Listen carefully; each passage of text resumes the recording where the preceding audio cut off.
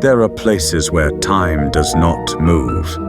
They exist between moments, between one heartbeat and the next, where history has stopped to breathe. Most people pass them without ever knowing, but they are there, the seconds that refused to end. We call this place the Dream Vault. It is not a dream, though it feels like one. It is not memory, though it's built from them. We will take you there under one condition: that time is left exactly as we found it. Even the smallest change can echo without end. This is the contract between us, between the waking world and the one held still. If you accept, then take a deep breath.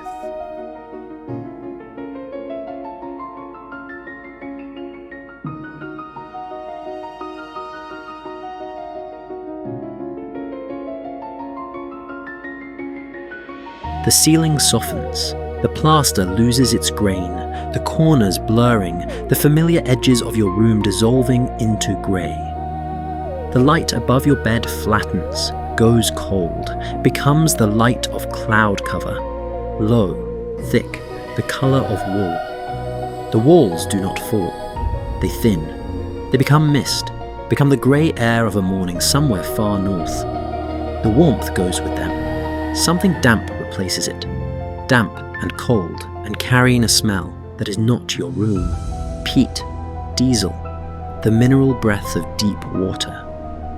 The bed beneath you becomes liquid, not warm, cold, pressing upward against your back, dark, heavy. The sheets are surface tension. You are floating on water so dark it has no bottom you can see. The bedroom is gone. In its place, a loch, 23 miles long, a mile wide, the surface flat and grey and revealing nothing. Hills rise on both sides, dark green, heather brown, their tops vanishing into low cloud. The air is cold. October. You move. They don't. Time is held exactly as we found it. You may walk through this moment, touch every surface, open every door. But nothing here will change because of you. You are a witness, not a participant. The moment waits for understanding. October 9th, 1987. 10:30 in the morning. Loch Ness, Scottish Highlands. Urquhart Bay. 24 boats sit in a line across the width of the loch. Each one carries sonar. A Lowrance X-16 unit, aimed downward into water so dark that light fails within an arm's length of the surface. The boats are spaced 20 meters apart, covering the full 1.5 miles of the bay. Their engines are still. Their wakes are still. The helicopter above them is still. Everything is still. This is Operation Deep Scan, the largest scientific search for a lake creature ever conducted. A wall of sound aimed through 7.4 cubic kilometers of black water. On one sonar screen, in the cabin of one boat, a contact has appeared. Something large, something alive, something at 180 meters depth, deeper than any fish in this loch has reason to be, larger than any fish in this loch can be. The sonar operator's hand is reaching for the radio. The contact is bright on the phosphor screen. In seconds, real seconds, not frozen ones, it will move, and then it will vanish, and the screen will show nothing but the empty water column and the loch floor at 230 meters below. The boats are still. The water is still. The sonar pulse hangs in the dark below. Step forward. The investigation begins. Step onto the deck. Wet fiberglass. the non-slip surface gritty under your feet. The air is 8 degrees and carries the smell of diesel exhaust and peat water mixed, the sweet organic tang of dissolved highland soil. Low cloud sits on the hilltops, pressing the world flat. The loch stretches in both directions from the boat, and from this rail you can count them. 24 vessels in a line, each one an identical white platform on the grey water, stretching to the far shore. A man stands at the port rail. His binoculars are raised, scanning the loch surface. A habit, because the surface never reveals anything. Touch his jacket sleeve. Waxed cotton, the weave tight, the elbows patched twice with canvas squares stitched in a different thread. His hands on the binoculars are steady. The fingers are weathered, the nails cut short. The grip of a man who has watched this water for 14 years. Adrian Shine, naturalist, 44 years old, founder of the Loch Ness and Mora project. He has spent more hours on this loch than any person alive. He designed this operation, the curtain of sonar, the systematic sweep, the 24 boats moving in formation. His logic is clean. If the creature exists, it cannot hide from a wall of sound that covers the full width of the loch. If the wall finds nothing, the creature is not here. And if the wall finds something, the contact is on the screen right now, in the cabin of a boat 90 meters to starboard. Open the cabin door. Step inside. The chart table fills one wall, maps pinned under perspex, depth contours marked in pencil, the Great Glen Fault drawn as a thick red line running south through the loch. The logbook. Pick it up. Hardback, waterproof cover, the pages ruled into handwritten columns. Boat number, position, depth, time, contact report. Flip back 2 pages. Day 1, contact 1, unexplained return, 174 m depth, bearing 220, unable to relocate. Contact 2, large target, moving 180 m, lost after 30 seconds. The handwriting is Shine's, even unhurried. The notation of a man who records what he sees without adding what he hopes. Today is day 2. The third contact has just appeared on the screen of boat 12, 90 meters to starboard. 3 unexplained returns in 2 days, each at approximately 180 meters, each large, each moving, each gone before a second pass could verify it. The operation cost over £1 million, funded by Lowrance Electronics and media sponsorship. 24 boats crewed by volunteers, identical sonar units on every vessel, the most comprehensive acoustic survey of any lake in history, and 3 times the sonar has found something it cannot explain. Step back onto the deck, grip the rail and look out over the line of boats stretching across the loch. Below the hulls, invisible to the eye, visible only to the instruments, 24 sonar beams fan downward into the black water. Cones of 200 kHz sound, each one widening as it descends, the beams overlapping at depth until they form a continuous wall of acoustic energy covering the full width of Urquhart Bay. At 180 meters, where the contact sits, the beams intersect. A mesh of sound through which nothing larger than a salmon can pass undetected. One cone carries a return signal. One beam has struck something that's not the loch floor, not a thermal layer, not a school of fish. The echo is frozen mid-ascent through 180 meters of peat dark water. A pulse of energy carrying the shape of the unknown back towards the surface. The loch surface above is flat, grey, opaque. it reveals nothing. Every piece of evidence that matters is below, in the dark, translated into green marks on a phosphor screen. This is what separates DeepScan from every search before it. For the first time, the hunt does not depend on the creature choosing to show itself. The sonar reaches into its world. Cross from the command boat to the contact boat. Step across the gap between the hulls. The water between them is black, 2 meters below, the boats gently touching at the fenders. Duck through the cabin door. Low ceiling, dim light, the air warm and stale, with the smell of electronics and damp wool and coffee gone cold in a mug on the console shelf. The sonar screen glows against the far wall. A Lowrance X16. The display caught mid-scroll, green phosphor on black. Each horizontal line is a new sonar return, the image building itself 1 pulse at a time. Halted now, the latest line incomplete. Press your face close to the screen. The resolution is coarse. Each pixel a blurred square of green light, the image grainy. The technology of 1987 doing its best, with a problem that defies every instrument brought to bear. The lock floor shows as a hard return at 230 meters. A bright green line across the bottom of the display, steady, unmistakable. Between the surface and the floor, mostly empty.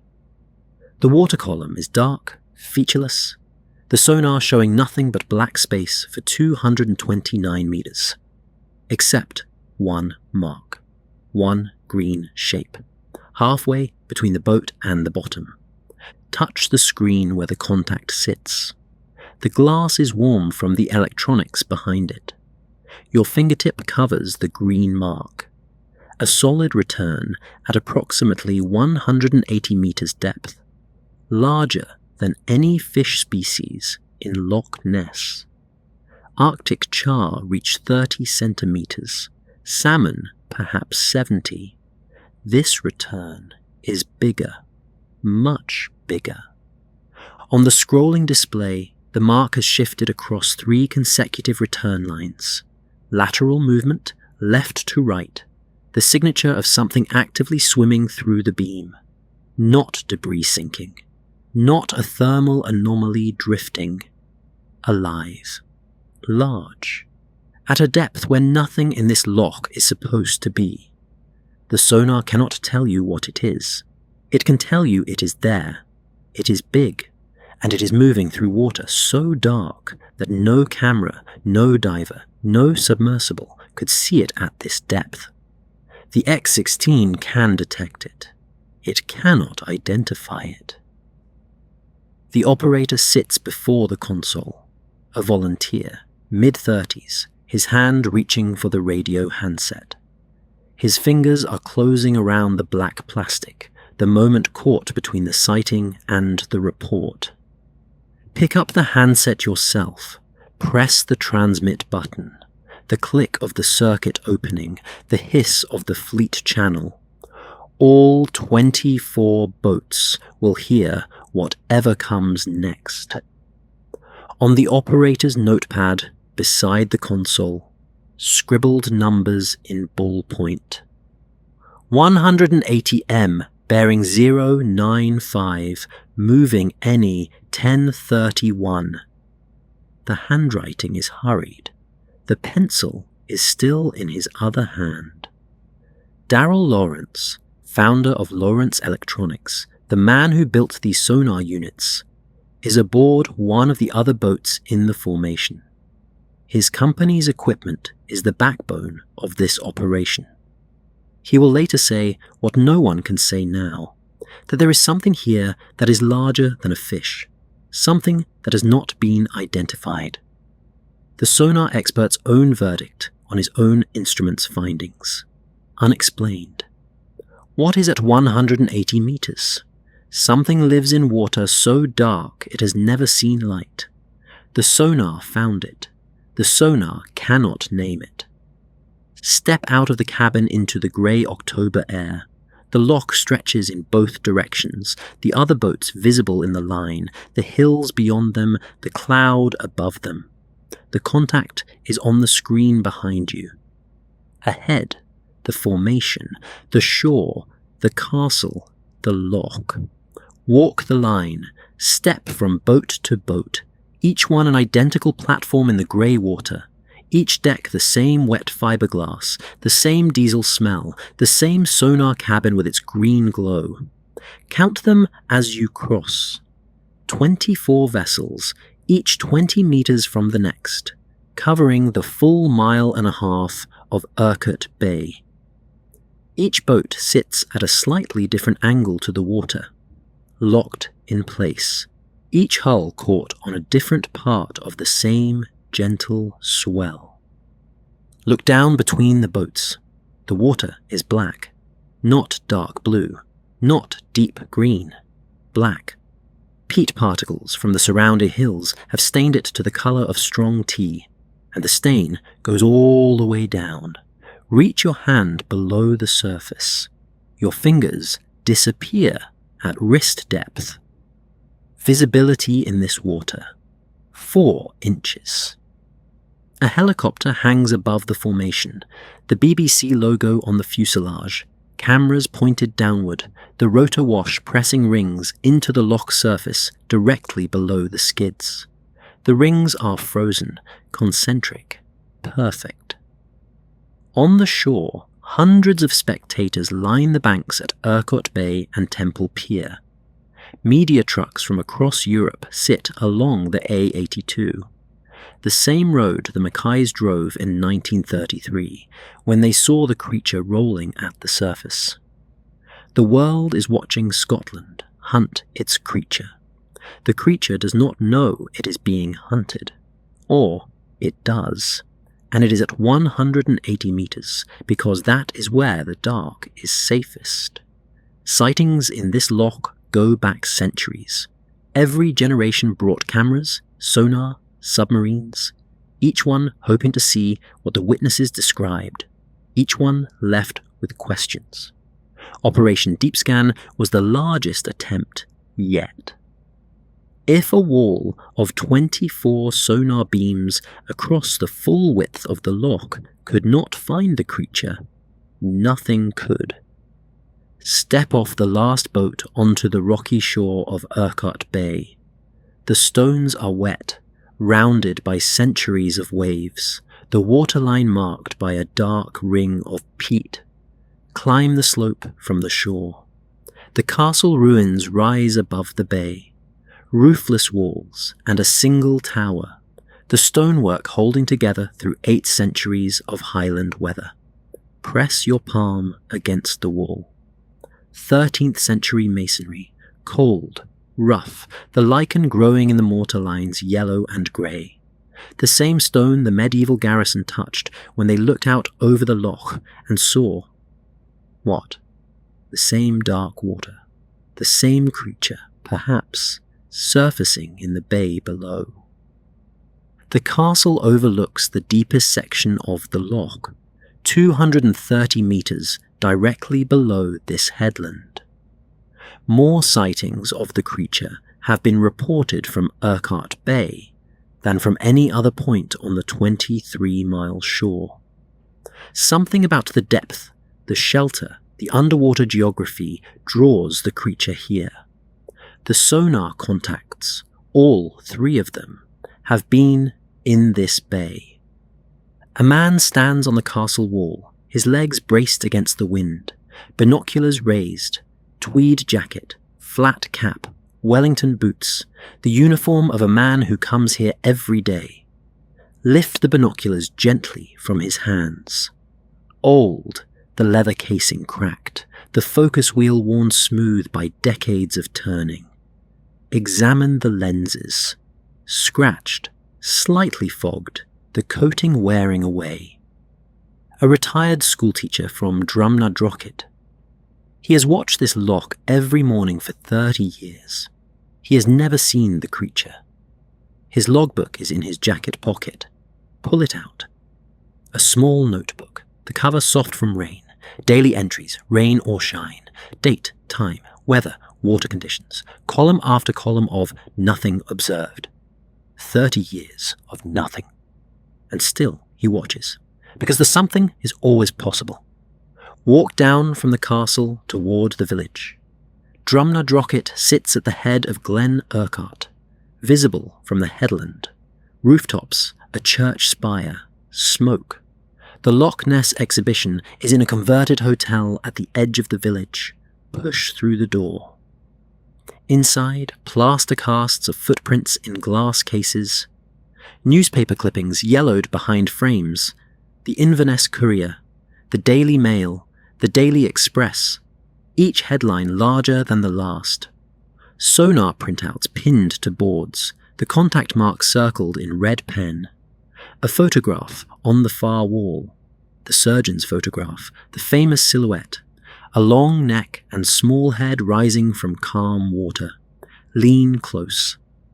The image is grainy, the contrast harsh, the water filling the background convincingly.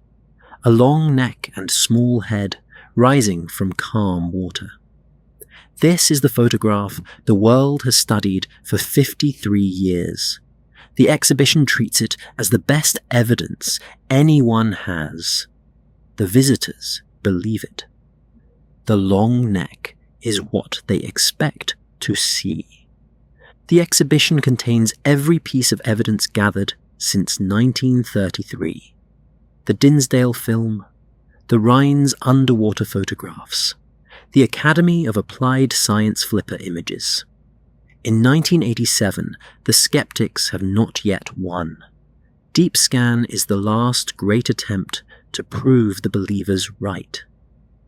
23 miles long, 755 feet deep, the water darker than any lake in Britain. The loch keeps what it keeps. Step into the loch. The cold hits your ankles first, sharp, immediate, the water black around your shins, deeper, your knees, your waist. By chest height, you cannot see your own feet. The water is opaque. The peat has made it lightless. Below the surface, the light collapses within a body length. Peat particles hang in the water. Millions of them, suspended, each one a fragment of highland heather, highland soil, washed into the loch by 10,000 years of rain. At 3 meters, your hands disappear in front of your face. At 5 meters, the surface above is a pale blur, formless. At 10 meters, nothing. The dark is total. The water presses from all sides, cold, heavy, dense with dissolved peat. It feels different from the sea, thicker, the weight of it against your chest. In the dark, a pressure. The sonar pulse from the boats above caught mid-descent through the water column, a frozen wave of compressed water. Move through it. A pressure field, barely perceptible. A vibration in your ribs more than a sound in your ears. The pulse hangs at this depth. One chirp of 200 kilohertz sounds, halted between the hull and the bottom. In real time, these pulses travel at 1,500 meters per second. The creature, wherever it is in this darkness, has felt 24 of them every second for 2 days. It cannot hide from sound. Continue down. The temperature drops degree by degree. At 50 meters, 7 degrees. At 100, 6. At 180, 5.5. Year-round, constant. The deep loch never warms. This is the depth of the contact. 180 meters below the surface. In water that has not seen light since the glacier that carved this trench melted 10,000 years ago. The pressure is 18 atmospheres. The darkness is absolute. The creature is here. Somewhere in this dark, the sonar found something large and alive, 7.4 cubic kilometres of darkness. More fresh water than all the lakes of England and Wales combined. The creature has room to move. Reach sideways. Your hand meets rock, the wall of the loch. Run your fingers along the surface. Cold, slick with a thin film of bacteria, the grain of ancient stone beneath the slime. The rock walls are not smooth. Run your hand along the fractures, horizontal ledges, vertical crevices, spaces where a large animal could rest in perpetual night. Feel the overhangs, the sheltered hollows. The walls are a labyrinth running the full length of the loch. Even Deep Scan, with its 24 beams, sweeps each section once and moves on. A creature that lives on these ledges would need only to be elsewhere when the wall of sound passes. In a lake this long and this deep, elsewhere is always available. Descend the last 50 metres. The silt appears below, pale against the dark water, the first solid surface since the walls. Touch the bottom. Silt, fine as flour, cold as stone. It parts beneath your fingers, soft, giving. The layer undisturbed for millennia, in the places where no current reaches. The deepest fresh water in Britain, 755 feet. The pressure at this depth would crush an unprotected lung. In this darkness, on this silt, the creature has lived. The sonar found it 50 meters above. Down here is where it rests. Has anyone ever been this deep in this loch? No human eye has seen the bottom of Loch Ness. No light has reached here since the glacier withdrew.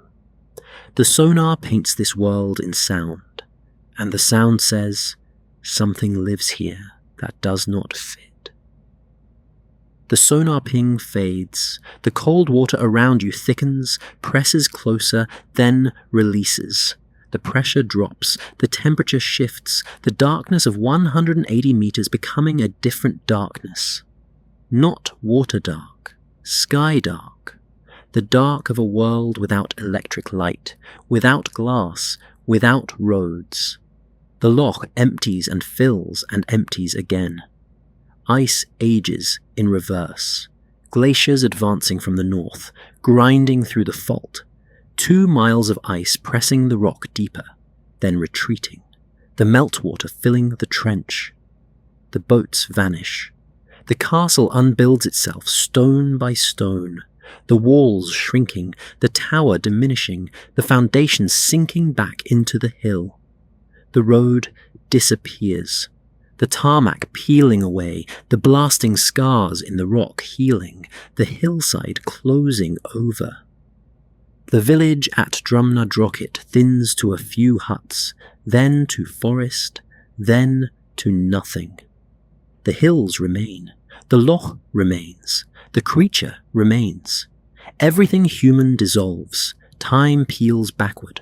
14 centuries, and then 3 more, until Scotland is forest and bog and river, and the sounds are wind and water, and the cry of birds that have no English names.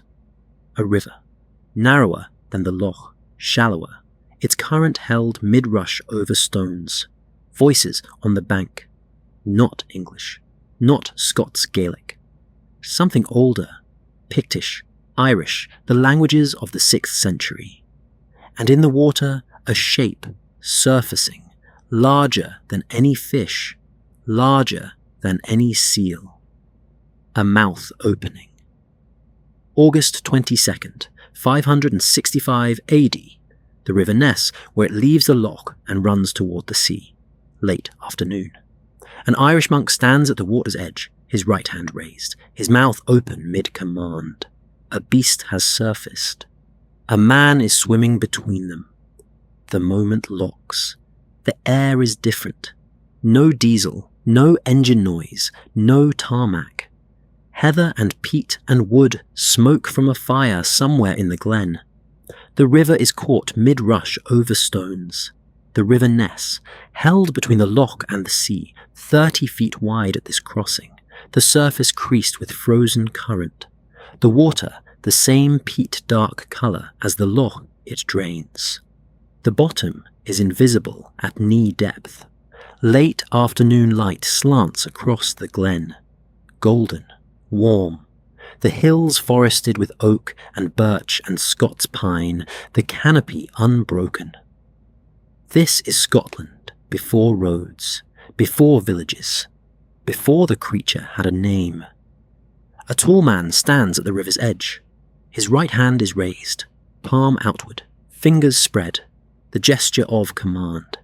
His mouth is open. A word is forming between his lips, but the syllable has not completed. Crouch beside him. His face at close range. Not fear. Not anger. Authority. The jaw set, the eyes fixed on the water, the expression of a man who has commanded before and been obeyed. He is 44 years old. His hair is tonsured in the Irish style, shaved across the front of the skull from ear to ear, the back long and unwashed. His robes are rough-spun, undyed wool, the weave coarse enough to count the threads, travel-stained with mud and heather pollen and the salt of dried sweat. A wooden cross hangs at his chest on a leather cord. Lift it. Oak carved on Iona, the grain visible, a chip on one arm where it struck a doorframe or a rock face during the journey. This is Columba, Irish-born, the abbot of Iona, the most powerful churchman in Scotland. He walked here from the western coast, through the Great Glen, days of travel on tracks through bog and forest, to reach the Pictish lands and their unconverted king. A leather satchel at his hip, the strap soft with wear. Unbuckle it. Inside a psalter, a book of psalms on vellum pages, Latin script in a steady Irish hand, the ink oak gall, the pages stiff from use and damp. Beneath the psalter, a wax tablet and stylus, his writing tools for the road. Lift the tablet, names pressed into the wax, directions, distances, the route from Iona to King Brude's fortress near Inverness. The writing is precise, a man who plans his journeys. He is not here for the creature, he is here to convert a Pictish king to Christianity. The beast is an obstacle on the road, not the destination. Columba left Ireland after the Battle of Culdrevny in 561 AD, where 3,000 men died in a dispute partly of his making, a quarrel over a copied psalter that escalated into war. He blamed himself. He sailed to Iona as penance, vowing to convert as many souls as were lost in the battle. The Pictish lands are his mission field.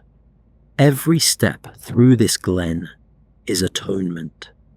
Behind Columba, a dozen monks, frozen in postures of terror. One kneels with his hands clasped and his eyes squeezed shut, praying. Another has stepped backward, both arms raised against the beast, the instinct of a man who has never seen a creature this large. Touch the nearest monk's cloak, the same rough wool as Columba's, but lighter, newer, less stained by travel. A younger man. Their sandals are worn through from the journey, soles thin as parchment, the highland tracks of mud and stone visible in the wear patterns. Step past Columba, wade into the shallows. The water is cold, the frozen current solid against your shins, the stones underfoot round and slippery. Ahead, the beast.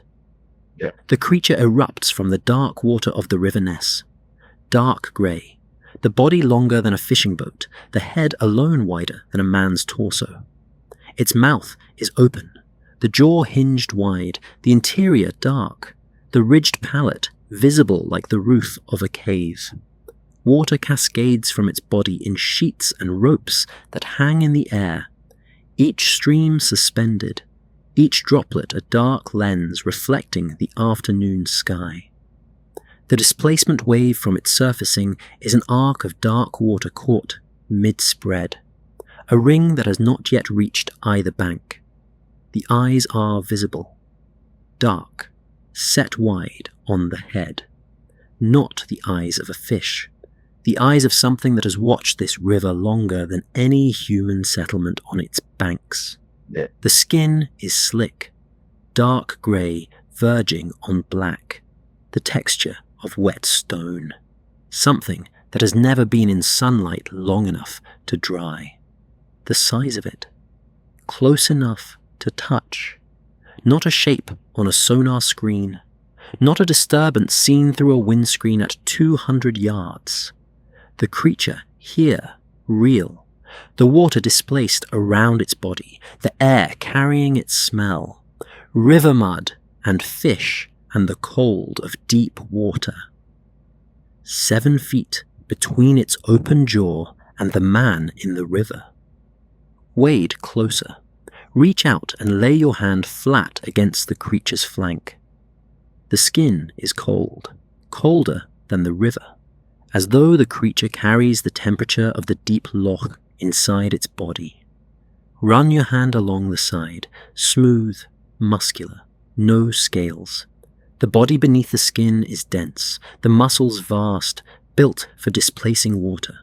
The back rises from the surface in a broad arc, the shape that every witness for the next 14 centuries will describe. A dark hump, a rolling back, a body wider than a horse, wider than a cow. The length visible above the surface, perhaps 15 feet, but the body continues below the waterline, the bulk submerged, always submerged. This is why the creature is so rarely seen. What breaks the surface is the smallest fraction of what lives beneath it. Turn from the beast. A man is in the water, swimming toward the far bank, mid-stroke, his face turned back toward the creature. His mouth is open. His eyes are wide. He has seen it. Lugne Mokumin, one of Columba's monks. A strong swimmer, the youngest of the group. Columba sent him to retrieve a cobble boat moored on the far bank. They need it to cross the river and continue their journey north to Brood's fortress. He was not sent as bait. The beast's appearance is unexpected. Lunya is caught between the creature and the boat, the current pushing him sideways, the beast between him and the bank he left. Touch his outstretched arm, the muscle taut mid-stroke, the skin cold from the river, a silver crucifix tangled in his fingers. He was swimming with it in his hand. Measure the gap, stand between them, the beast's jaw on one side, Lunya's body on the other. A spear's length, no more. The water between them is disturbed. The creature's surfacing has created a current that pushes the swimmer sideways, not away. The current was wrong. The river's frozen flow shows it. Lunya's next stroke would have carried him 2 feet closer to the open jaw, not farther. Look back at Columba on the bank, his hand raised, his mouth open. The command is mid-syllable, the word that will order the beast back into the water. The creature will obey. Lunya will reach the far bank alive. The Picts watching from the shore will see an Irish monk command their water beast, the creature they have feared for generations, and they will begin to listen to his God. The beast's retreat will be the moment Christianity enters the highlands. Has this creature lived in these waters since before the Picts named them? The beast was old when Columba arrived. It will still be here when the road is built, when the photograph is taken, when the sonar sweeps the dark. Wade back to the near bank. Climb the stones, the water streaming from your legs, your feet finding the grass. Walk upstream along the river's edge. A body lies on the bank, laid on a wool cloak spread over the grass. Kneel beside him. A Pictish man, perhaps 30, strongly built, the hands thick and calloused from rope and nets. A fisherman. His torso bears wounds, deep, ragged, the marks of something that seized and released. Not teeth marks in the way a wolf or bear would leave. Something wider, something that gripped and tore. His eyes are open. His face is not peaceful, the last expression of a man who saw what killed him. A woman kneels beside the body. Her hands grip a bronze brooch she has removed from his cloak. Lift the brooch from her fingers.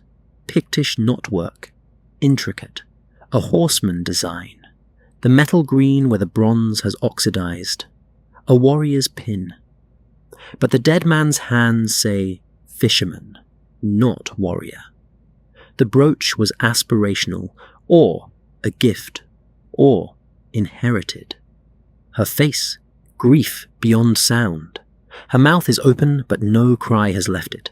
The morning is frozen in her throat.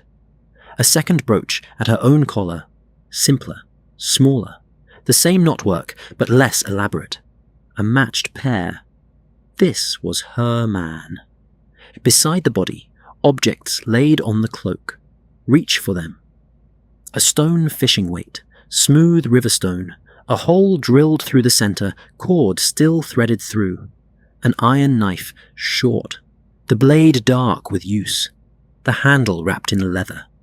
A fisherman's tool, not a warrior's weapon. A clay cup filled with barley grain.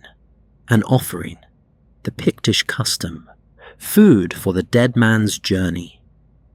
The fishing weight tells the story, the cord still threaded through it. He was fishing when the creature attacked.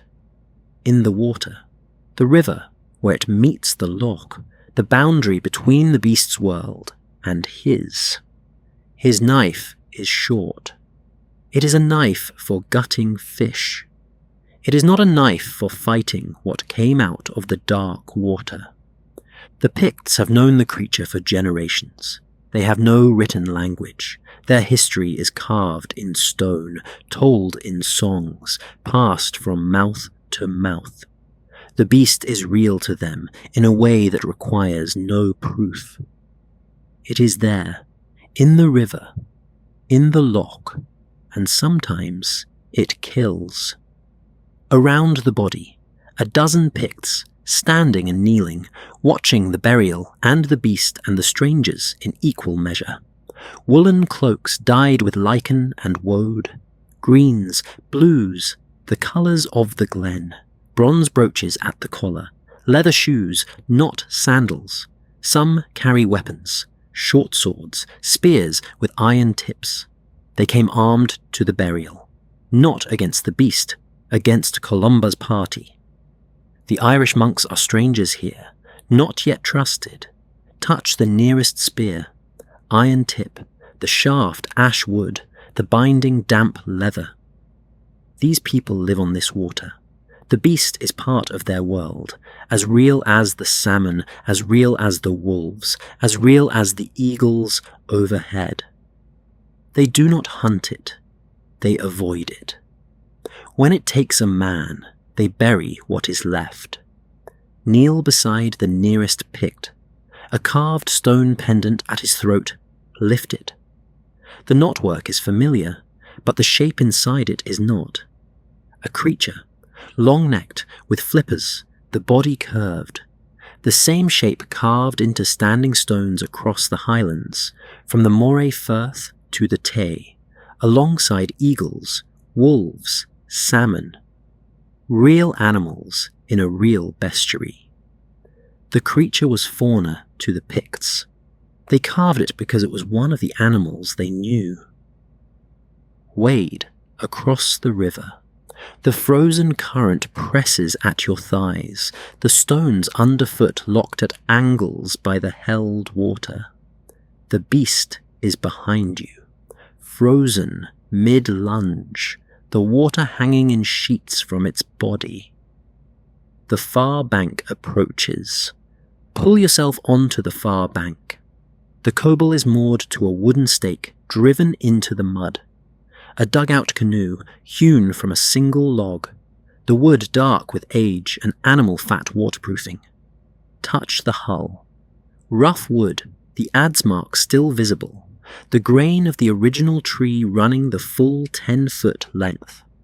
The interior is stained with fish scales and river mud. A working boat.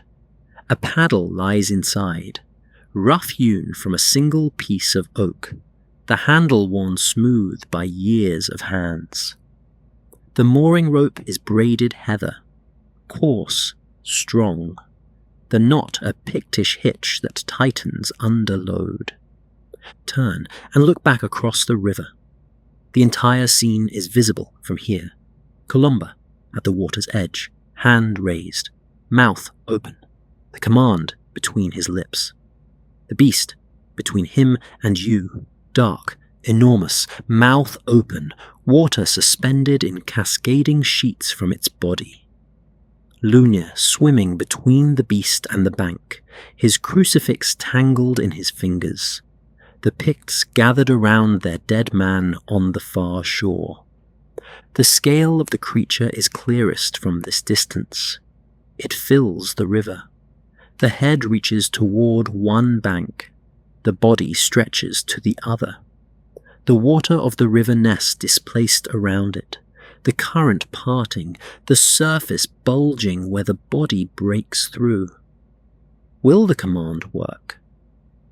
Columba's hand is raised. The word is forming. The beast is a spear's length from the swimmer. Everything depends on what happens when the syllable completes. Climb the bank through heather and birch scrub.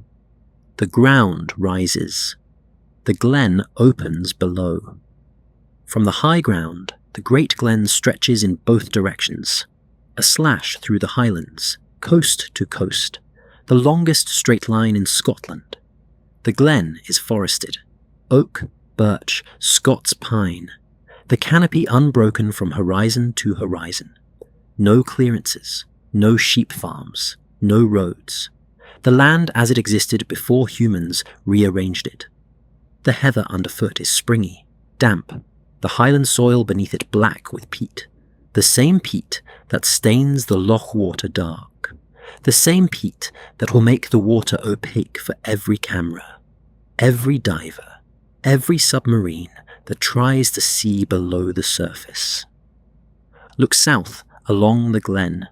The loch is visible, a dark line of water stretching between the hills, the surface still, revealing nothing. From this distance it looks like a road, a flat, dark ribbon through green. 23 miles long, 755 feet deep, the largest volume of fresh water in Britain. The creature came from there. It has always been there. In 14 centuries, when the sonar sweeps this water, the creature will still be there. Scan the horizon. No buildings except the distant outline of Brood's fortress near the sea. A timber palisade on a hill, barely visible through the trees. Wolves in these forests. Eagles overhead. A golden eagle, wings spread, frozen mid-glide above the tree line. Wildcats in the birch scrub. Bears, perhaps. The last British bears are still alive in the 6th century. The River Ness runs from the loch to the sea, the creature's highway between the deep fresh water and the firth. The land belongs to itself. The Picts live in it. The creature lives in it. Both are native. Both are old. Loch Ness filled a wound in the Earth's crust that was older than any living thing. The Great Glen Fault formed 400 million years ago, a lateral slip fault that ran coast to coast, splitting the Scottish Highlands in two. The rock on one side was Devonian old red sandstone, on the other, metamorphic schist, two different geological eras pressed together by tectonic force. The glaciers came and went, at least 5 major ice ages, each one scouring the fault, deeper, wider, carving the trench that would become the loch. The last glacier withdrew 10,000 years ago. The sea flooded in through the River Ness, filling the trench with salt water, connecting it to the Moray Firth and the open ocean. Then, the land rose, post-glacial rebound lifting Scotland, and the sea connection narrowed, closed. The loch became fresh water. Whatever had lived in it when the sea connection was open, whatever swam in from the Atlantic, had been trapped ever since. 10,000 years of isolation in 7.4 cubic kilometers of dark water. Time enough for a species to adapt, to specialize, to become something no catalogue contained. The heather and birch dissolve. The air warms, cools, warms again, seasons flashing through your skin, a century of summers in a single breath. The forest thins, fields appear where the trees stood, stone walls mark boundaries that did not exist. Rooftops multiply along the shore, first thatch, then slate, then tile. The land is being tamed. The glen fills with roads, tracks become paths, paths become cart roads. The castle at Urquhart Bay rises from the headland, stone by stone, wall by wall, fills with soldiers, rings with the sound of siege engines, empties, crumbles to ruin. Boats appear on the loch, oar-powered, then sail, then steam, their wakes crossing the dark water and fading.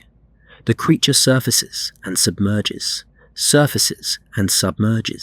seen by fishermen who tell the story and are not believed, because there is no newspaper, no camera, no road along the shore. A new sound. Engines, not boat engines, car engines. A road appears on the north shore. Fresh tarmac, black, the rock faces blasted with dynamite to make room for it. Cars pass along the loch for the first time in its history. April 15th, 1933. 3 o'clock in the afternoon. The A82 road, north shore of Loch Ness. A car has stopped at an angle, one wheel on the verge. A woman in the passenger seat is pointing through the windscreen. On the loch surface, 200 yards from the road, something large is rolling in the water. The moment locks. A 1930s saloon sits on the road. Black paint, rain spots drying in the April air, the engine caught mid-idle, a thin column of exhaust held above the pipe. The car has stopped at an angle, pulled halfway onto the verge, one wheel on the grass. An abrupt stop. Touch the bonnet. Warm metal, the paint smooth, the heat of the engine radiating through the hood. Through the windscreen, 2 figures inside. The passenger is leaning forward, pointing. Open the passenger door. The interior is leather and wood, the smell of furniture polish and petrol. Aldi Mackay sits forward in her seat, her left hand gripping her husband's forearm, her right hand pointing through the windscreen at the loch. Her face at close range, not fear, astonishment. The widened eyes and parted mouth of a woman seeing something she cannot explain. She is in her early 40s, dark hair pinned under a hat, practical clothing, a working woman, not a tourist. Aldi is the manageress of the Drumna Droshit Hotel. She has lived beside this loch her entire working life. She has driven this road dozens of times since it opened. She has never seen this. On the back seat, parcels and paper bags, hotel supplies from Inverness, the 20-mile shopping trip. A receipt visible on the top parcel. Flour, salt, lamp oil. The ordinary business of running a Highland hotel. Lean across the dashboard. Press your face to the windscreen glass, divided by a center bar. The glass cold against your forehead. Through the glass, the loch surface 200 yards from the road. The water is disturbed. Something large at the surface, rolling. A shape darker than the water around it, the grey loch churned white, where the body displaces it. The creature is mid-movement, the deliberate displacement of something massive held at its peak. The water is displaced around it in sheets of white spray that hang in the air. Aldi's right hand points exactly at the centre of the disturbance. She sees it. John sees it. There is no camera in the car. This sighting will never be photographed. It exists only in the testimony of two people, a hotel manageress and her husband. But Aldi Mackay is not a fantasist. She is a businesswoman who runs the largest hotel in Drumnadrochit. Her credibility will not be questioned by anyone who knows her. John Mackay sits behind the wheel, his foot on the brake, the car still in gear, the engine idling. His hands grip the wheel at 10 and 2, the posture of a man who has just stopped quickly. His face is turned towards the loch, eyes narrowed, squinting through the windscreen. His only instrument is his eyes and the glass between him and the creature. John will not seek attention from this sighting. Aldi is the one who will tell the story. First at the hotel, then to Alex Campbell. How long before the creature submerges? Seconds, real seconds, not frozen ones. It will roll, and the dark back will slide beneath the surface, and the water will flatten. And by the time John could leave the car and reach the shore, the loch will be still again. This is how the creature has survived 14 centuries of observation. It surfaces briefly. Then it is gone. Push the car door open, step onto the road, then onto the verge, then down the slope toward the water. The loch is 50 yards from the road. The shore is rocky. Rounded stones, wet. The waterline marked by a dark ring of peat. Wade into the shallows. The water is cold, even in April, the peaty colour darkening your boots within inches. The loch stretches in both directions, north toward Inverness, south toward Fort Augustus. The air smells of peat and wet stone, unchanged since the saint stood at the river. 200 yards from shore, the creature. Caught mid-roll, the dark back arching above the surface, smooth, glistening wet, the colour of wet slate. The body is caught mid-rotation in a wave of its own making, water displaced upward and outward in a crown of white spray that hangs suspended around the visible portion. The wake spreads outward in concentric rings, each ring frozen at a different radius from the creature, the nearest still steep and sharp, the spray visible as individual droplets, the farthest already flattening into the calm grey surface of the loch.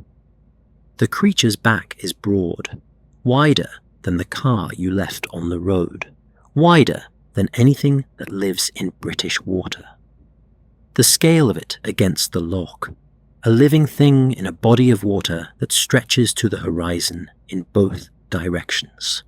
The disturbance covers an area the size of a tennis court. Whatever is beneath the surface is far larger than what is visible above it. Aldi will describe it as resembling a whale, the comparison of someone who has never seen a whale, but recognizes the scale. Study the concentric ripples. Each ring is a record of the creature's movement, readable like a signature. The innermost ring is steep, sharp. The creature surfaced recently, the displacement still violent. Count the rings outward. 6, 7, 8. The outermost barely visible, the energy dissipating into the flat loch. The wake pattern tells you the creature surfaced once, rolled, and is about to submerge. This is not a creature feeding at the surface. This is a creature passing through. It has surfaced in the deepest part of the loch, opposite Drumnadrochit, Urquhart Bay. The same bay the sonar will target in 1987. The water here is 230 meters deep. The creature has risen from a depth greater than the height of any building in the highlands. Reach your hand into the water. Dark at wrist depth. Black at elbow depth. Invisible at arm's length. The creature lives in this darkness. It has risen briefly into the April light. In seconds, it will return to the dark. The image exists only in the memory of two people in a car on a new road. How many times has the creature surfaced unseen? Before this road, the loch was accessible only by boat or rough track. How many centuries of surfacing went unwitnessed? How many Pictish fishermen saw this and told no one who wrote it down? Climb the bank from the shore, your boots dark with peat water. The road stretches ahead, curving along the loch. The road surface is fresh tarmac, black, the edges sharp where it meets the blasted rock. Kneel and touch the rock face beside the road. Drill holes visible, 6 inches deep, the diameter of a thumb. Dynamite fractures radiating from each hole, the raw stone exposed. Pale where it has been freshly split. Dark where the rain has already started to stain it. Before this road, the north shore of Loch Ness was trackless. The creature lived beside a road that did not exist. The road opened in 1933. For the first time, cars pass within 200 yards of the loch surface. Dozens every day. The road did not create the creature. The road created the witnesses. Run your fingers along the drill holes in the rock. Each one 6 inches deep. The explosives long detonated. The stone shattered in starbursts around each bore.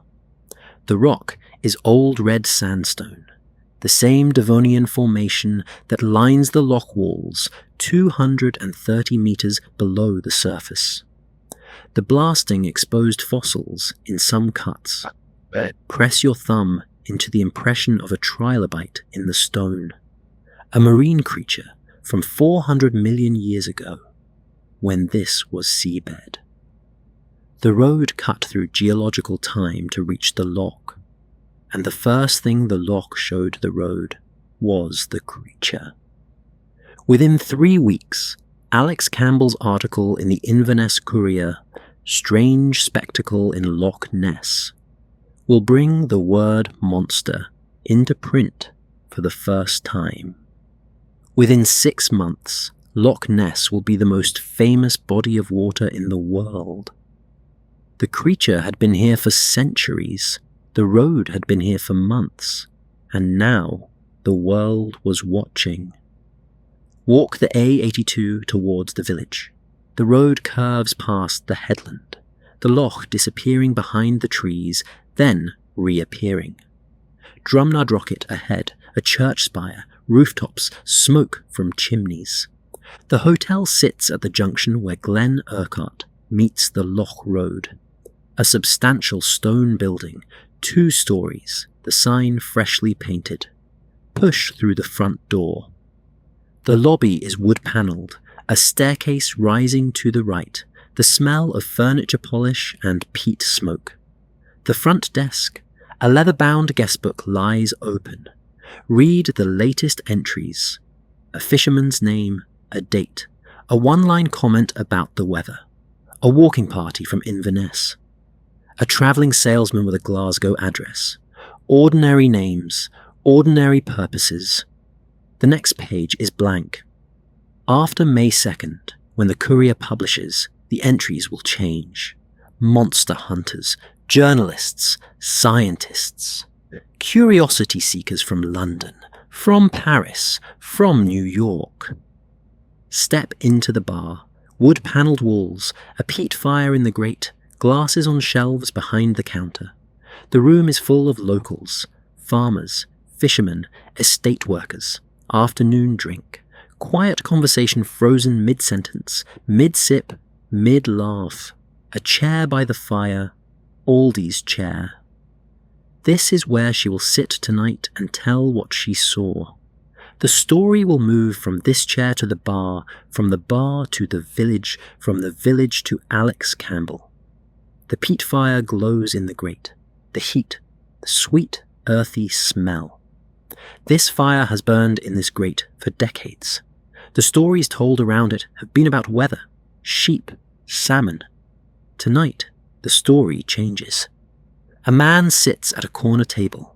A pint glass in front of him, a notebook beside it, a pencil behind his ear. His hands are ink-stained, the fingers of a man who writes. Weathered, the skin cracked at the knuckles. The hands of a man who also works outdoors. Alex Campbell, water bailiff for Loch Ness and part-time journalist for the Inverness Courier. Mid-30s. He lives on the Loch shore. He has seen unexplained disturbances on the water himself. Shapes, wakes with no boat. He has never reported them. He will hear Aldi's account tonight, in this bar, by this fire. He will recognize what she describes. He will write the article that starts everything. His notebook. Open it. The pages are filled with notes about fish stocks, river levels, weather observations, a bailiff's record. Flip to the next blank page. On this page, he'll write the story of the century. Campbell's pencil sits behind his ear. Take it. A standard lead pencil. The wood chewed at the top. A habit.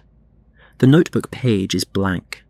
But the words that will fill it will travel from this room to Inverness, from Inverness to London, from London to the world. The headline will read, Strange Spectacle in Loch Ness. The word monster will appear, whether Campbell's invention or his editor, Evan Barron's. The date of publication, May 2nd, 1933, 17 days from now. The creature has 14 centuries of anonymity left to lose. The Daily Mail will read the Courier article and dispatch Marmaduke Wetherell, big game hunter, film director, to find the monster. Wetherell will find footprints that turn out to be a hippo foot. The humiliation will drive him to build a model, fake a photograph, and change what the world thinks the creature looks like. The chain from this bar to that workshop is 17 days and a single newspaper article. Return to the front desk. Open the guestbook to the last page with writing. The final entry. A fisherman's name, a date, a one-line comment about the weather. Touch the blank page after it. This page is a threshold. On one side, a quiet highland village. On the other, the most famous mystery in the world. Close the book. Leave it on the desk. The story has already started. Aldi is already on the road. The hotel lobby dissolves. The wood panelling loses its grain, the peat smoke thinning, the air changing from highland damp to something drier, warmer, enclosed. Walls close in. The space shrinks from a landscape to a room. Forward. 1 year. From April 1933 to April 1934. From Scotland to England. Newspaper headlines flash. Strange spectacle. Monster of the deep. Hunt for Nessie. Each one larger, bolder, the typeface screaming from the page. The Daily Mail dispatches a hunter. The hunter finds a footprint. The footprint is a hippo foot pressed into Highland mud. The hunter is destroyed in the press. The ridicule is absolute. And in a workshop in Surrey, far from Scotland, something is being built. A table, a lamp, the smell of paint and turpentine, hands working on something small, modelling, shaping, sculpting. Not in Scotland, in England, in a garden workshop. A man's fingers press into soft material, leaving the whorls of his thumbprint in the surface. Early April 1934. A workspace in Surrey. A man's hands place a sculpted head onto a toy submarine. Another man watches, arms crossed, jaw set. The moment locks. A table against the wall, scarred wood surface, a desk lamp throwing a cone of yellow light across the work area. The walls are bare plaster except for one section. A column of newspaper clippings pinned at eye height, the paper yellowing at the edges. Tools laid out on the table in a row. A razor blade, a metal file, sandpaper in 3 grades, a pair of pliers. Paint cans with the lids pried off, grey marine paint, the surface skin broken, a brush handle protruding. The smell hits immediately. Turpentine, acetone, paint fumes, the metallic tang of filed metal. This is not a laboratory, not a studio, a man's garden workshop. The most famous photograph in cryptid history will come from a shed in Surrey. A big man stands behind the table, arms crossed over his chest. Mid-50s, broad shoulders, the build of someone who tracked animals across open country for a living. His arms are crossed, not relaxed. The posture of controlled anger, of a plan executing on schedule. Touch his jacket. Harris tweed, the texture rough under your fingers, the fabric expensive. He is a man of means. He was a man of reputation. His face, heavy jaw, deep-set eyes, the lines around the mouth cut by months of public shame. His hands folded into his crossed arms, large, scarred from fieldwork, the hands of a big game hunter reduced to supervising a model on a table. Marmaduke Wetherell. He watches his stepson work with the attention of a director watching a crucial scene. Every movement matters, every detail scrutinized. Turn to the wall. 6 clippings pinned in a vertical column, each one a headline. The top clipping, the Daily Mail, December 1933. Monster Hunter's Evidence, Distinguished Naturalist to Investigate. This is the hiring, the beginning. Touch the next clipping, the paper thin, the ink smudged at the corner by a thumb that has pressed here many times. The third clipping, the Natural History Museum's declaration. The footprints Wetherell found on the loch shore were made by a dried hippopotamus foot, an umbrella stand, pressed into the mud. The fourth, the ridicule, his name in every paper, the laughter of a nation. The fifth, the Daily Mail dropping him, no apology, no investigation, silence and a cancelled contract. The sixth clipping is blank. A rectangle of blank newsprint pinned to the wall. The space for the headline that has not been written yet. On a shelf above the table, the foot itself, mounted on a circular wooden base. Pick it up. Heavy, the skin dried to leather, the toenails intact, the base threaded for a metal pole. The source of the prints that ended his career. Turn it over. The sole is flat, calloused. Press it into your palm.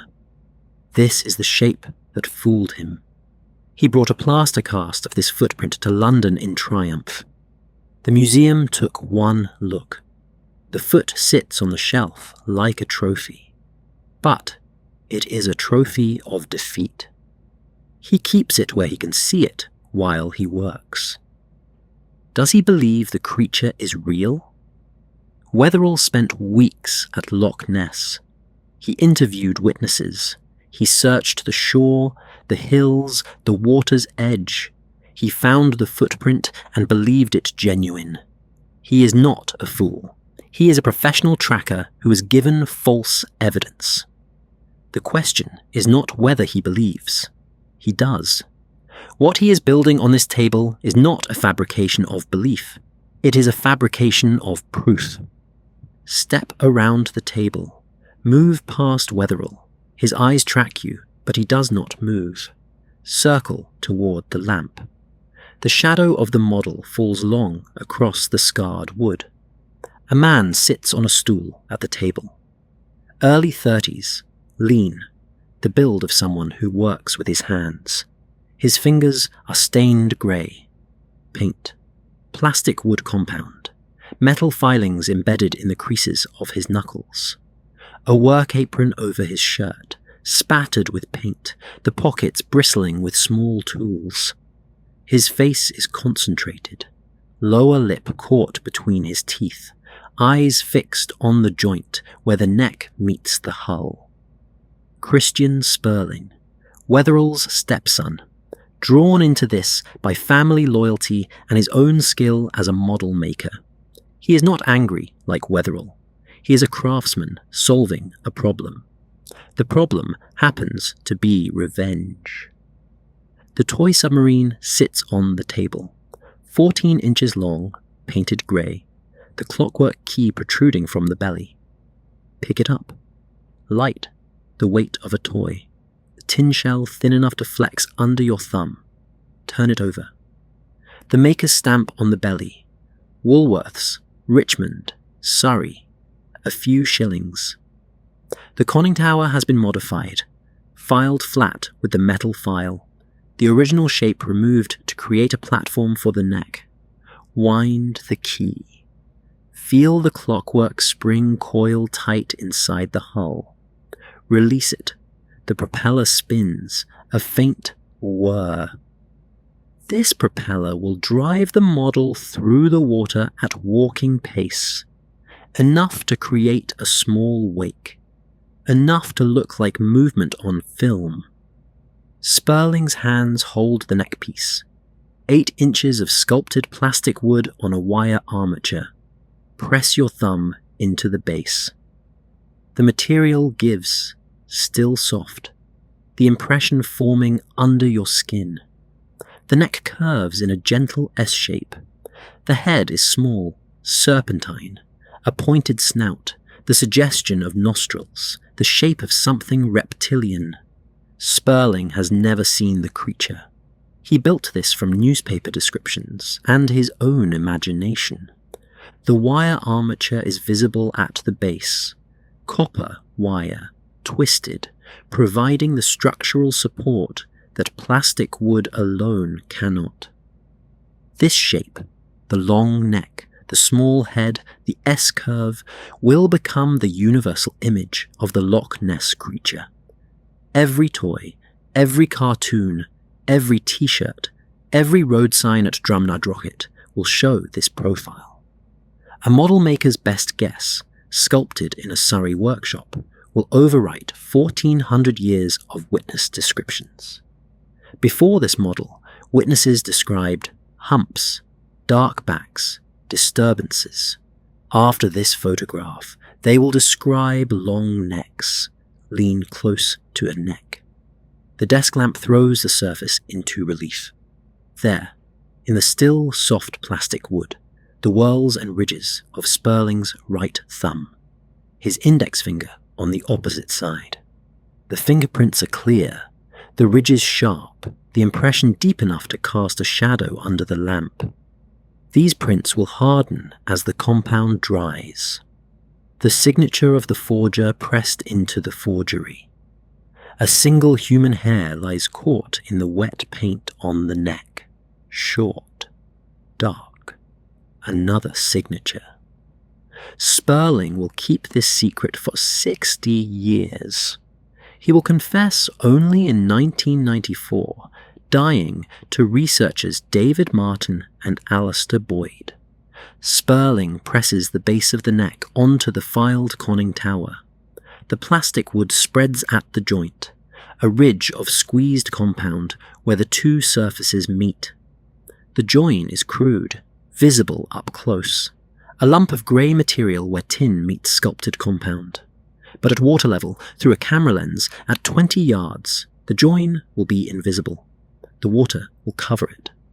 The entire deception depends on distance and angle. Close, a toy. Far, a monster. The camera will choose the distance. Step back. The model is complete on the table. 14 inches of toy submarine with an 8-inch neck and head rising from the conning tower. The grey paint unifies it into a single form. Under the desk lamp, the wet paint glistens. The neck curves upward, the small head tilted slightly, the profile unmistakable. Pick it up. It weighs less than a pound. Hold it at arm's length. The neck wobbles on its mount. The paint smears on your fingers. The fingerprints in the plastic wood face you. The whorls of a human thumb pressed into the neck of the most famous creature in the world. 14 inches. This is the object that will define a mystery. Launch expeditions. Sell millions of postcards. Fill hotels. Convince scientists that a plesiosaur lives in a Scottish lake. 14 inches. And a clockwork key. For 60 years, this toy will be the face of the creature. Set the model down on the table. The neck wobbles, settles. 4 men know the truth. Wetherell, Sperling, Ian Wetherell. And the man who will hold the camera, Robert Kenneth Wilson, a London gynecologist. Pick up the camera from the table. The weight of serious equipment. Quarterplate. Brass fittings, the lens recessed in its barrel. Remove the lens cap. The glass is clean. Press the shutter release halfway. Feel the resistance, the mechanism cocked and ready. Wilson's name, his title, surgeon, will give the photograph the authority Wetherell's name no longer can. Ian Wetherell will transport the model from Surrey to Loch Ness, 600 miles by road. The model will be launched in a quiet inlet. Early morning. Flat water. No witnesses. Wilson will shoot from the shore. Camera low. Lens at water level. The model, 14 inches tall, but filling the frame against miles of empty loch. 2 photographs will be taken. One clear, one as the model begins to tip and sink. The Daily Mail will run the photograph on April 21st, 1934. Wilson's name on the credit. Wetherell's name nowhere. The paper that destroyed him is now his instrument. Wetherell's revenge is not public vindication. It is private knowledge. None of the 4 men would break. Only Sperling spoke, at 90, dying, to the same 2 researchers who had spent decades on the case. Boyd had spent 20 years searching for the creature. He had even had his own sighting, a genuine one. The man who proved the most famous photograph was a hoax, was also a man who had seen the creature with his own eyes. The photograph was fake. The creature was real. Both truths lived in the same person. Set the camera down beside the model. The 2 objects side by side on the scarred table. The tool and the subject. Step toward the door.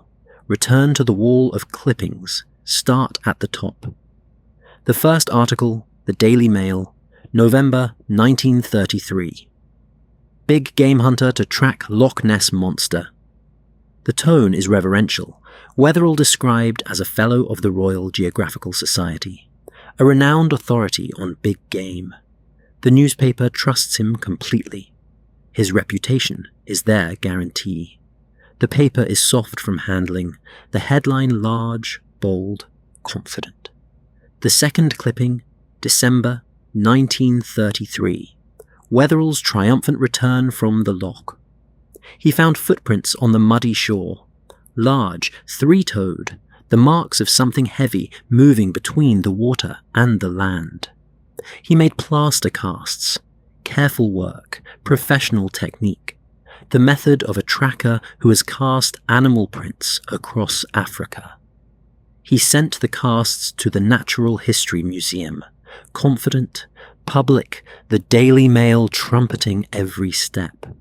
Somewhere in this workshop, wrapped in newspaper, one of the original plaster casts, the shape of a hippo's foot pressed into Highland mud. The third clipping, the museum's verdict. The footprints were made by a hippopotamus foot, an umbrella stand. Someone had planted them, a prankster, a rival, an unknown hand pressing a mounted foot into Highland mud. Wetherell did not fake the prints. He was genuinely deceived. But the public did not care who planted them. Wetherell found them. Wetherell was the fool. His rage is the rage of a man punished for someone else's joke. The fourth clipping, the mockery. Every newspaper, every editorial, every cartoon. The big game hunter outsmarted by an umbrella stand. Feel the crease where Wetherell folded it. The depth of the fold, refolded many times, the paper almost tearing along the line. This wall is a shrine to humiliation, and the model on the table behind you is the response. Was the humiliation justified? Wetherell was a competent tracker deceived by planted evidence. Any naturalist might have made the same mistake. The museum was right about the prints, but the public verdict that Wetherell was a fraud was wrong. He was a victim, a man falsely accused of faking evidence, now genuinely faking evidence, one deception generating another. Push the workshop door open. Rough wood, a latch, no lock. Daylight outside, grey English afternoon, a garden. But the scene shifts. A quiet inlet on the north shore of Loch Ness. Sheltered by trees, the water flat, the hills rising behind in grey-green. The shore is rocky, the same rounded stones, the same dark peat waterline as every shore on this loch. The water is shallow at the edges, 2 feet, 3 feet, but drops to depth within 20 yards. The inlet is secluded, no houses visible, no road within earshot. The trees screen it from passing traffic on the A82, a cairn of stones at the waterline, stacked by an unknown hand, a marker, or a tradition. The time is early morning, the light grey and even, no shadows, the surface glass flat. Kneel on the shore, lower your eye to the waterline, the level at which Wilson will hold the camera. From here, the loch fills the world. The surface stretches to the hills opposite, a mile away. The scale is immense. Place the model in the water at arm's reach. The 14 inches of toy submarine sit low, the neck and head rising above the surface. Through a viewfinder at this angle, with the loch stretching behind it, the model becomes a creature. 14 inches becomes 30 feet. The background does the work. Ripples from placing the model spread outward. They look like wake. The clockwork propeller, turning slowly, creates a V-shaped disturbance behind the hull. It looks like movement. It looks alive. Wilson's hands hold the camera, steady, the lens cap removed, the plate loaded. The shutter clicks, a single mechanical snap. The image is captured, neck and head against the grey surface of the loch, the hills behind, the water real, the creature false. A second photograph, taken as the model begins to list, the neck tilting, the submarine taking on water through the filed conning tower. This image will show what looks like the creature submerging. The clockwork has wound down, the propeller is still, the model is sinking. Ian Weatherall will wade in and kick it apart. The pieces will slide beneath the surface. The photographic plate remains. The image on glass is the only evidence. Everything physical, the submarine, the neck, the fingerprints, is at the bottom of the loch. The photograph will be published in the Daily Mail on April 21st, 1934, credited to Wilson. It will be reprinted in every major newspaper in the world. It will appear on postcards, on t-shirts, on road signs entering Drumnadrochit. It will shape what witnesses say they see. After 1934, sightings will increasingly describe long necks, because the photograph will tell them what to look for. A 14-inch model built for revenge will reshape the cultural memory of a creature that has been in this loch since before Scotland existed. Stand on the shore. The model is gone. The surface is flat again. The inlet is quiet.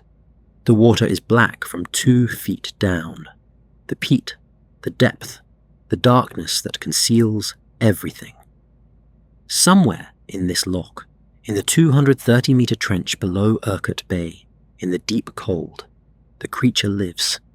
It was here before Weatherall, before the photograph, before the road, before Columba. The photograph is a lie floating on a truth. The model is at the bottom. The creature is in the dark. Both are in the same water. The inlet is still. The ripples from the model sinking have reached the shore and died. The camera is packed. Wilson is walking back to his car. Ian Weatherall is drying her boots on the grass. Nothing marks this place. No plaque, no sign, no monument. The most famous photograph in cryptid history was taken from an unmarked shore on an unremarkable morning. A bird calls from the trees, a curlew, the long ascending whistle carrying across the flat water. The loch accepts the offering. The fake monster joins the real one in the dark.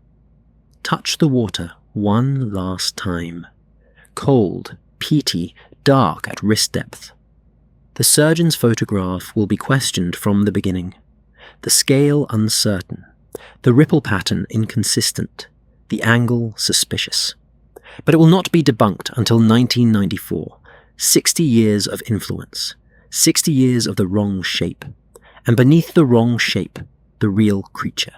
Still here. Still unseen. Still surfacing when no one is ready. The creature does not look like the photograph. Not the long neck and small head. Witnesses who saw it before 1934 described humps, dark backs, rolling motion, the displacement of enormous water. The creature of the sightings is broader, lower, more powerful than the elegant serpent of the surgeon's photograph. The photograph gave the world a creature to imagine. The real creature does not care what the world imagines. Step back from the waterline. The stones, the trees, the grey sky begin to thin. The shore is dissolving. Time is moving again. The loch shore dissolves, the stones losing weight, the water losing colour, the sky losing form. The quiet inlet flattens into grey. Something clinical replaces the peat and heather. Forward, 85 years.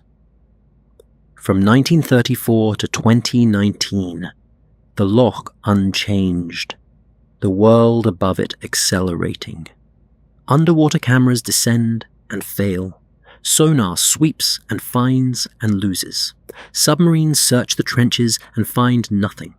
Tourists arrive by the million. Drumnod rocket builds exhibition centres. The photograph is reprinted 1 billion times. And in 1994, a dying man confesses, and the long neck vanishes from the evidence files. The loch remains. The mystery deepens. And in a laboratory in New Zealand, someone asks a different question. Not what does it look like, but what DNA does it leave behind? A boat on the loch, not a fleet of 24, a single research vessel, a man holding a sampling bottle over the rail. The water entering the bottle carries the genetic signature of everything alive below. The answer, if there is one, is in the water itself. June 2019. A research boat on Loch Ness. Professor Neil Gemmell holds a Niskin bottle over the side. The water fills it. The moment locks. A research vessel, not large, a converted fishing boat with a flat working deck, a cabin at the front. The hull is white, the name painted on the bow in blue letters, the markings of the University of Otago expedition. Equipment covers the deck. Coolers packed with ice for sample storage, coils of cable, a depth sounder mounted to the gunwale. The boat rides at anchor, a single line running down into the black water, the chain disappearing within 2 feet of the surface. The loch around the boat, flat, dark, stretching to the hills in every direction. No other boats visible. The morning is still. A man stands at the rail, mid-50s, trim, sun-weathered. Fieldwork across 3 continents has marked his skin. His right hand holds a metal cylinder over the water, a Niskin bottle, 30 centimeters long, the end caps open, water flowing through. His left hand grips a waterproof notebook, the pages covered in columns, coordinates, depths, temperatures, sample numbers. His face is focused, practical, the expression of a scientist performing the 247th repetition of a precise task. Touch his hands, calloused, the grip strong. Researchers' hands that have held sampling equipment in rivers, lakes and oceans from New Zealand to Scotland.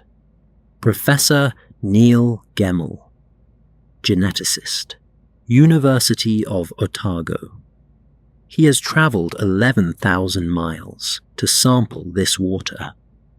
The Niskin bottle is elegant in its simplicity. A metal tube with spring-loaded caps at each end. Lower it into the water. The caps open, the water flows through, carrying with it the microscopic debris of everything alive in the loch. At the target depth, a messenger weight slides down the cable and strikes the trigger. The caps snap shut. The water is sealed inside. Pull it up. The cylinder drips cold, the water inside dark with peat. This single column of water contains millions of DNA fragments. eDNA, environmental DNA, the genetic material that every organism sheds into its environment. Skin cells, scales, mucus, waste. A fish swims through this water and leaves its fingerprint behind. An eel passes and sheds cells from its skin. If the creature is here, its DNA is in this bottle. The technique removed the need to see a creature to prove it exists. A single water sample could reveal every species in a body of water. If anything larger than a trout lives in this loch, its DNA should be in these bottles. Step to the lab bench behind Gemmell. A folding table bolted to the deck, pipettes, sample tubes in numbered racks, sealed bags. 3 researchers in waterproof jackets over lab coats, nitrile gloves on every hand. Pick up a glove from the bench. Thin, powder-free, the latex taut, contamination control. A single skin cell from a researcher could corrupt a sample. The centrifuge is caught mid-spin, the rotor a blur held in place, the water inside the tube separating, organic particles concentrating into pellets.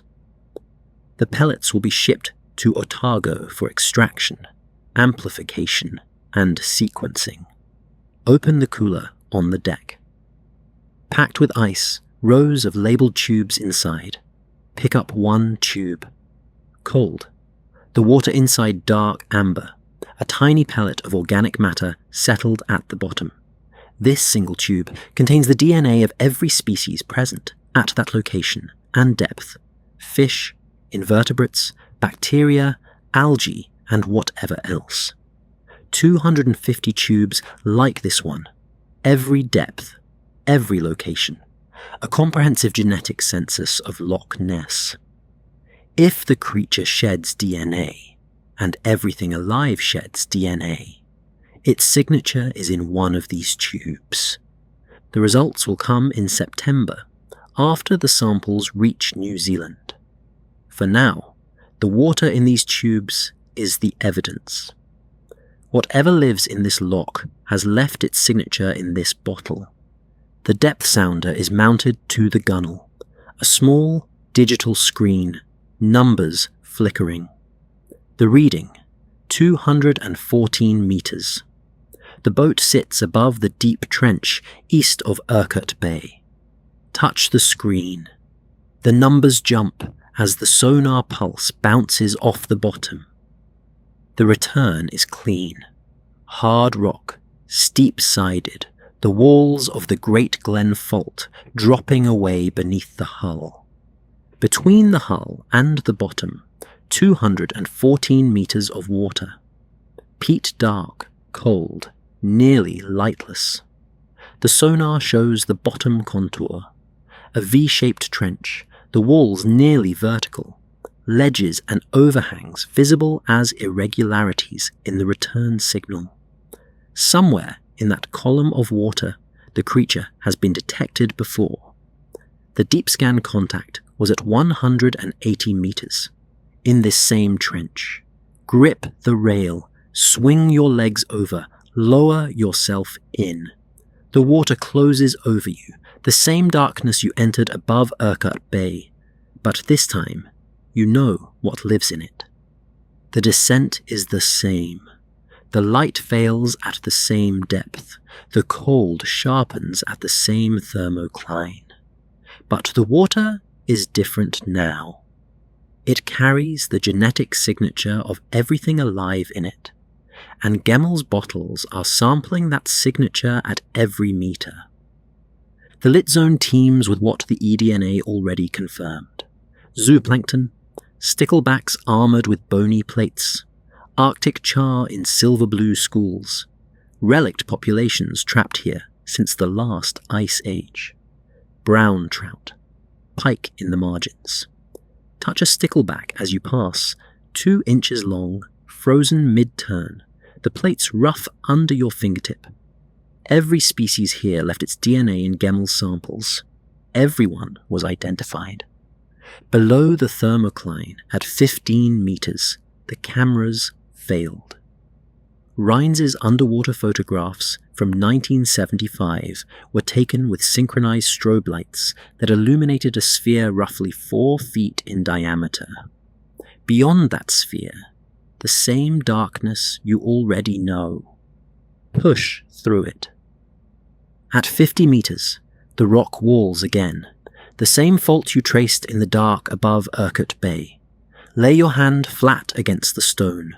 The same bacterial film, the same ancient grain, but deeper here and colder. A ledge at 60 meters, wide enough for a large animal to rest on, sheltered from the open water by an overhang of schist. The bacteria on the ledge surface is thicker here. a pale film feeding on minerals that seep from the rock. Darkness above, darkness below, darkness in every direction. The ledge exists in a world without light, without season, without change. How many ledges like this line the 23 miles of the loch? Hundreds, thousands. The walls are a labyrinth of sheltered spaces. A creature that lives on these ledges would be invisible to any technology except sonar. And the sonar sweeps covered only a fraction of the loch at any moment. Press your hand flat against the fault surface. Your palm rests on the boundary between sandstone and schist. Two geological eras pressed together. The same fault you traced on the chart table above. The creature, if it has been here since Columba's time, has lived in a body of water younger than itself. European eels have been in British waters since the last ice age. They are older than the loch. At 70 meters, movement in the dark. A shape, sinuous, 3 feet long. A European eel. Anguilla anguilla. Frozen mid-turn, its body curved in an S shape, the silver belly catching no light because there is no light. Touch it. The skin is smooth, mucus-coated, the texture of something designed to slide through darkness. The eel's eyes are large, adapted for low light, for the deep, for a life spent in water that never sees the sun. Gemmell found eel DNA at every depth, every location, every sample. The loch is saturated. This one is 3 feet long. But eels can grow larger. European eels have been recorded at 5 feet. In enclosed waters with abundant food, they may grow larger still. Could an eel explain the sightings? A very large eel, 6 feet, 8 feet, hypothetically larger, surfacing in peat dark water, its back arching above the surface, the dark skin glistening. It would look like what witnesses describe. It would look like what Aldi Mackay saw. But the sonar contacts at 180 meters showed something larger than any known eel. And the creature at the River Ness, in 565 AD, mouth open, lunging at a swimmer, does not match any eel behavior. Continue deeper, past the eels, past the walls, into the abyss. The eel disappears above as you descend. The walls narrow slightly. The temperature holds. The darkness is total. At 170 meters, the bottom of a shelf, a flatter section of the loch floor before the final drop to the deepest trench. Something lies on the silt, large, angular, not a natural formation. Move closer. The shape resolves. A body, a neck, a head, 30 feet long, lying on its side in the silt. The creature found on the bottom, motionless. But it was never alive, a movie prop. Built in 1969 for Billy Wilder's film The Private Life of Sherlock Holmes, 30 feet long, built to float on the loch surface during filming, with a neck, a head, and 2 humps to disguise flotation devices. Wilder decided the humps looked ridiculous. He ordered them removed. Without the humps, reduced buoyancy. The model sank during filming. Never recovered. It lay on the bottom for 47 years until 2016, when a survey robot named Moonin found it during a routine loch survey.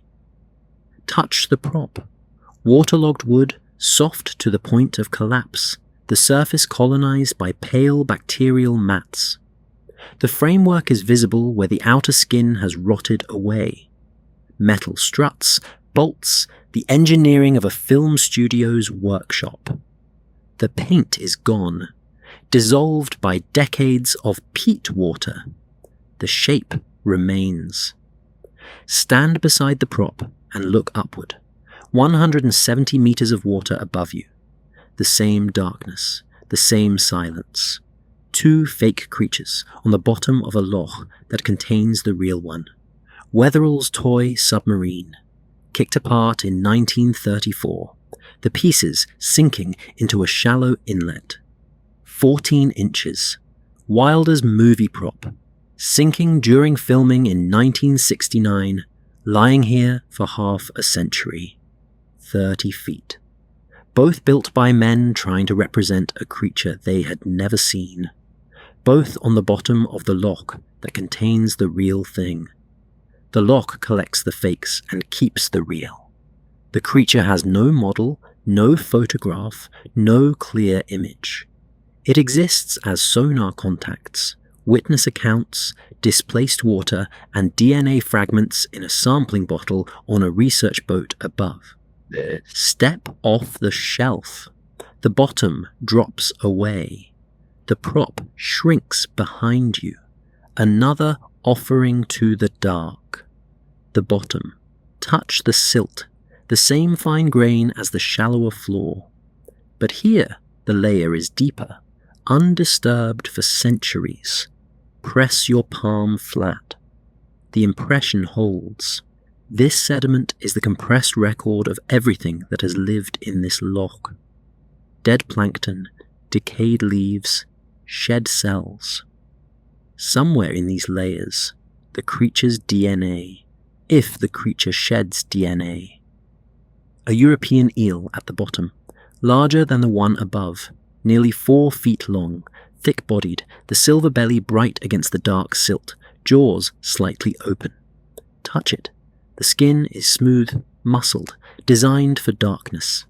This eel navigated here from the Sargasso Sea, 3,000 miles across the Atlantic, as a larva no larger than a willow leaf. It will leave, when the time comes, travel back to the Sargasso, spawn, and die. Gemmell found eel DNA at every depth, every location, in concentrations far exceeding any other species. No reptile DNA. No plesiosaur, no large unknown animal. The eel is the loch's answer to every question, abundant, ancient, everywhere. But the sonar contacts were larger than any eel. Kneel on the silt. The cold seeps through your knees. Hold still. The silence at this depth is not quiet. It is the absence of everything your ears evolved to hear. The fault continues below you. The trench extends deeper than the water, into flooded passages and unmapped chambers. The geology is not fully known.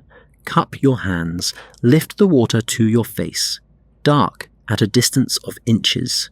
The same water Columba stood beside, that Aldi peered through, that Wetherell faked a photograph on. In this water, survival means invisibility.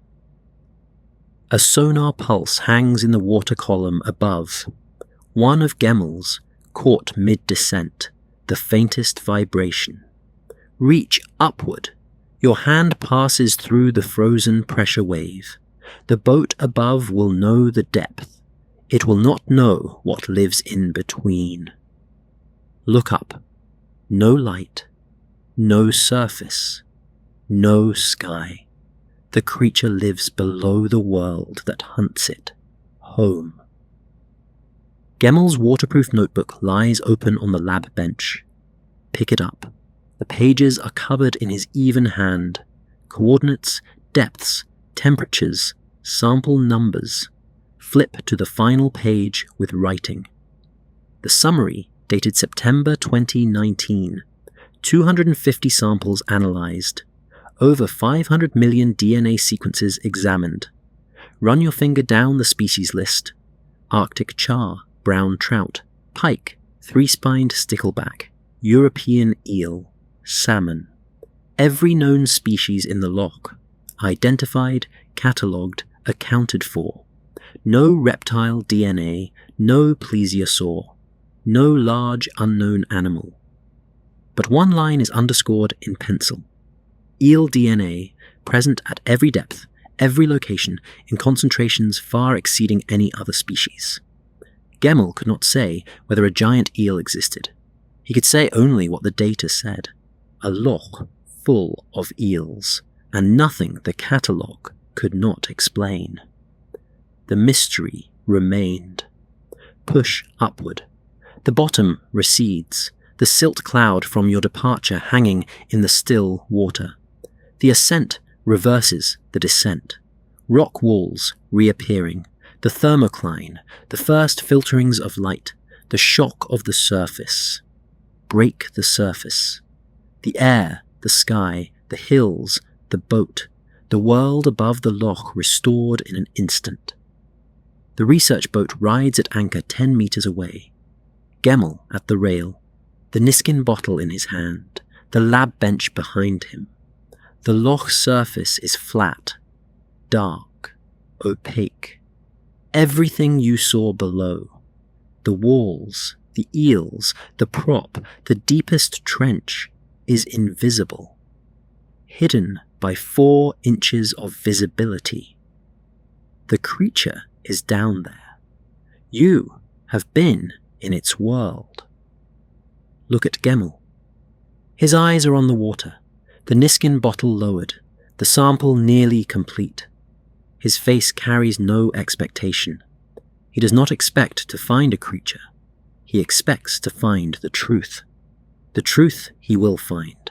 Eels, trout, char, salmon.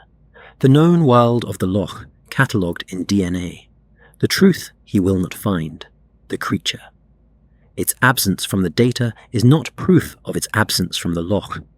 It is proof of the limitations of one survey, one method, one moment in time. Gemmell will say he cannot rule it out. The honest answer, the scientific answer, the answer the loch has given to every questioner for 14 centuries. Look beyond the boat. The hills rise on both sides, green and brown, the heather and bracken unchanged since Columba walked through. Urquhart Castle on the headland, the same ruin. The A82 along the shore, the same road. Cars pass on the road. Tourists, locals, delivery vans. Some glance at the loch as they drive. Most do not. Will the creature ever be proven? The water is too dark, the loch is too deep, the volume is too vast. The creature surfaces too briefly. Every technology brought to bear, cameras, sonar, submarines, DNA, has either failed or produced results that raise more questions than they answer. The creature exists in the gap between detection and proof, seen but not caught, detected but not identified, present but not proven. Gemmell's hand grips the Niskin bottle, half raised from the water, the cap sealed, the sample inside, the last of 250. Beside him, a researcher reaches for it, her other hand holding a label, a pen behind her ear. The cooler on the deck is nearly full. Rows of labelled tubes packed in ice, the genetic record of Loch Ness in June 2019. These samples will reach New Zealand. The DNA will be extracted in a sterile lab in Dunedin. The sequences will be compared against every known species on Earth. And the creature, if it left its DNA in the water, will finally have a name, or it will remain unnamed. The anchor chain runs from the bow down into the black water, taut, the links disappearing within 2 feet of the surface. Grip the chain, cold, wet, the links heavy. The chain connects the world above to the world below. The scientists, the equipment, the GPS, the coolers, to the dark, the cold, the trench, the creature. The boat will leave. The chain will be raised. The connection will be severed. The loch will close over the anchor's absence without a ripple. Time releases. The anchor chain clatters through the horse hole. The engine catches. The boat turns south. The wake spreads behind it, 2 lines of white water diverging across the dark surface. The wake reaches the shore and dies. The surface resumes its flatness. The loch forgets the boat. It has forgotten every boat, the sonar fleet of 1987, the film crews, the submarines, the tourist boats. Each one leaves a wake, and the wake dies, and the surface is flat again. The boat is a shrinking shape to the south. The loch is still. The hills are green. The sky is grey. Urquhart Bay is empty. No boats, no sonar, no cameras, just the water, and the castle, and the creature below. A disturbance, far out, near the centre of the loch. A dark shape, a rolling back breaks the surface.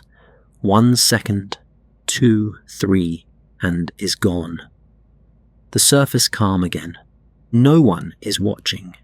No camera is pointed. No sonar is pinging.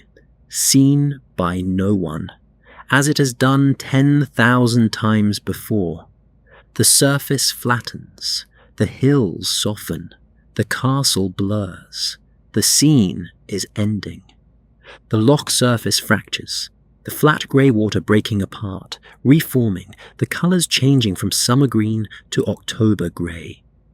The hills darken, the sky lowers, the air cools. Backward, 32 years. The research boat fades and the sonar fleet materialises. 24 boats forming a line across the width of the loch.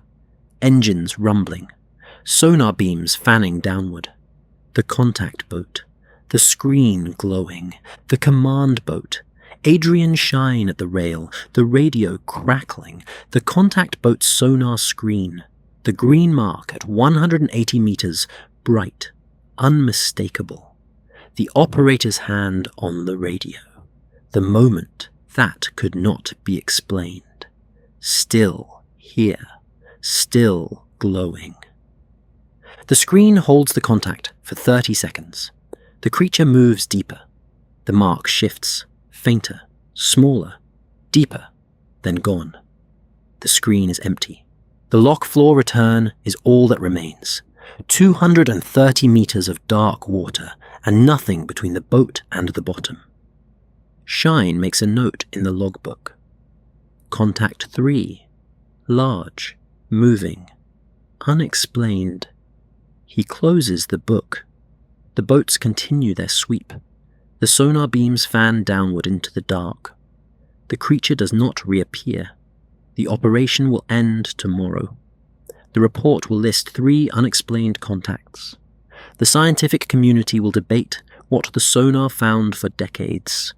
Shine will continue his work on the loch for 30 more years. He will never find the creature. He will never stop looking. The sonar found it. The saint faced it. The road revealed it. The photograph faked it. The DNA could not name it. The loch fades. The boats thin to outlines. The water loses its grey and becomes formless. The sonar ping attenuates. 1 pulse, then silence, then the echo of the echo, then nothing. The hills fold into shadow. The castle dissolves. The road vanishes. The loch is dark water, then dark, then nothing. The bedroom resolidifies. Walls, ceiling, the familiar weight of blankets, the ordinary light of the ordinary world. The loch is 500 miles north. The creature is 230 meters below the surface of a body of water that has kept its secrets since the ice melted. The vault closes its door. The moment returns to stillness. The bedside clock ticks. The room is warm. The loch is cold. The creature surfaces, rolls, and descends. Unseen. Always unseen. Rest now. Sleep.